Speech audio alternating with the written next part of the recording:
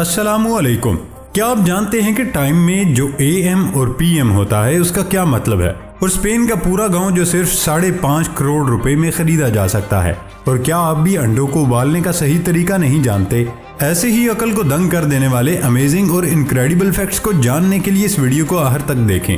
دوستو، میں ہوں حماد صادق اور آپ دیکھ رہے ہیں ریئلٹی فیکٹس۔ آگے بڑھنے سے پہلے ہمارے چینل کو سبسکرائب کر لیں اور ساتھ بیل آئیکن کو پریس کر دیں۔ تو چلتے ہیں آج کے اس امیزنگ سفر پر۔ فیکٹ نمبر 1، آج کل بازار میں انار کا پھل بے شمار بک رہا ہے۔ ہر ٹھیلے پر آپ کو لال رنگ کے خوبصورت انار نظر آئیں گے، کیونکہ اس موسم میں تو انار کھانے کا مزہ ہی کچھ الگ ہے۔ لیکن اس کو چھیلنے کے لیے محنت کرنی پڑتی ہے، کیونکہ یہ بہت سخت ہوتے ہیں۔ کچھ اناروں کا چھلکا اگر نرم بھی ہو تو ان کو بھی چھیلنے میں وقت لگتا ہے۔ لیکن گھبرائیں نہیں، کیونکہ آج ہم آپ کو بتائیں گے انار چھیلنے کا آسان طریقہ۔ انار لیں اور اس کے اوپر کے حصے کو کاٹ لیں، پھر انار کو چاروں طرف سے لمبائی میں کاٹیں، جس سے انار پھول نما شکل اختیار کر لے گا۔ اب انار لے، ایک پیالہ یا پلیٹ نیچے رکھیں، پھر چمچ کی مدد سے انار کو ماریں جیسے دیوار پر ہتھوڑی مارتے ہیں۔ ایسا کرنے سے انار کے دانے خود نکلنا شروع ہو جائیں گے۔ لیجئے، آسانی سے انار چھیل گیا۔ فیکٹ نمبر 2، آپ نے بجلی کو آسمان پر چمکتے اور کبھی آسمان سے زمین پر گرتے ہوئے تو ضرور دیکھا ہوگا،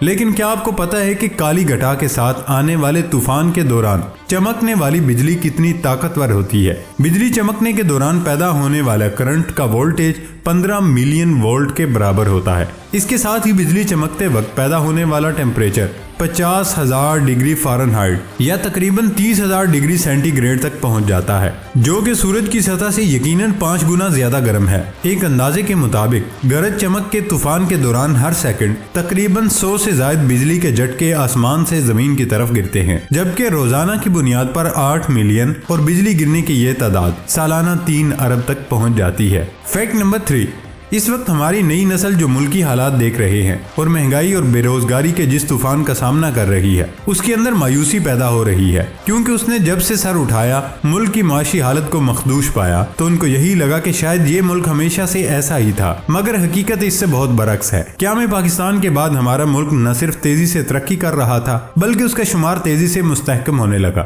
یہ ایک اخبار کا تراشا ہے جس کے مطابق قیام پاکستان کے پہلے 6 مہینے میں 22 کروڑ کا سامان دنیا کو بھیجا گیا، جبکہ اس کے مقابلے میں صرف 13 کروڑ کا سامان بیرون ملک سے منگوایا گیا، جو کہ اس بات کا ثبوت ہے کہ پاکستان کا ایکسپورٹ امپورٹ کے مقابلے میں زیادہ تھا، جو کہ بڑی ترقی کو ظاہر کر رہا تھا اور اس وقت ہندوستان کے مقابلے میں بہت بہتر تھا۔ یہ اشتہار 1955 کے تھا، جو یہ ظاہر کر رہا تھا کہ پاکستان والے اپنی بسوں کی باڑیاں خود بنانے لگے ہیں اور باہر کے ملکوں سے بسیں منگوانے کی بجائے خود اپنے ملک میں بیڈ فورڈ نامی کمپنی کے تعاون سے بسیں بنا رہے تھے۔ اسلام کے نام پر قائم اس ملک میں خواتین کی اہمیت کو بہت شروع ہی سے محسوس کر لیا گیا تھا۔ یہی وجہ ہے کہ ان کی ٹرانسپورٹ کا بھی علیحدہ انتظام کیا گیا تھا۔ یہ 30 پیسے والا رعایتی ٹکٹ KTC کی بسوں میں طالب علموں کو فروخت کیا جاتا تھا۔ طالب علم کسی بھی سرکاری یا پرائیویٹ بس میں کراچی کے ایک کونے سے دوسرے کونے تک 30 پیسے میں سفر کر سکتے تھے۔ ماضی میں پاکستانی عوام کے لیے معیاری اور سستی رہائش کا انتظام کرنا بھی حکومت اپنی ذمہ داری سمجھتی تھی، جس کی جھلک ناظم آباد کی رہائشی اسکیم سے مل سکتی ہے۔ اس ملک پاکستان میں حکومت کا کام صرف مہنگائی میں اضافہ کرنا نہیں ہوتا تھا، بلکہ وہ ملک کی عام اشیاء ضرورت کی قیمتوں پر کنٹرول بھی کرتی تھی تاکہ عوام کو فائدہ مل سکے۔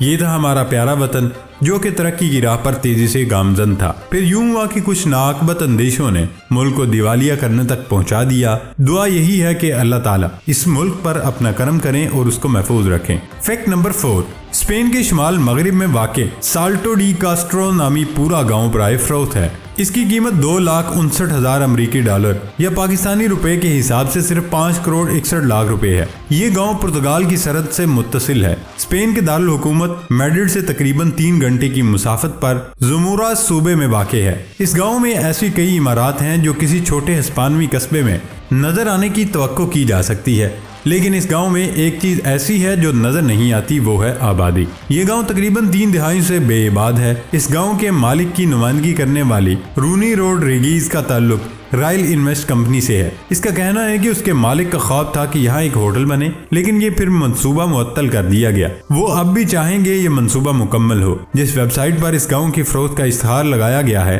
اس پر 80 سالہ مالک کی جانب سے کہا گیا کہ میں اسے اس لیے بیچ رہا ہوں کیونکہ میں شہر کا رہنے والا ہوں اور گاؤں کا خیال نہیں رکھ سکتا۔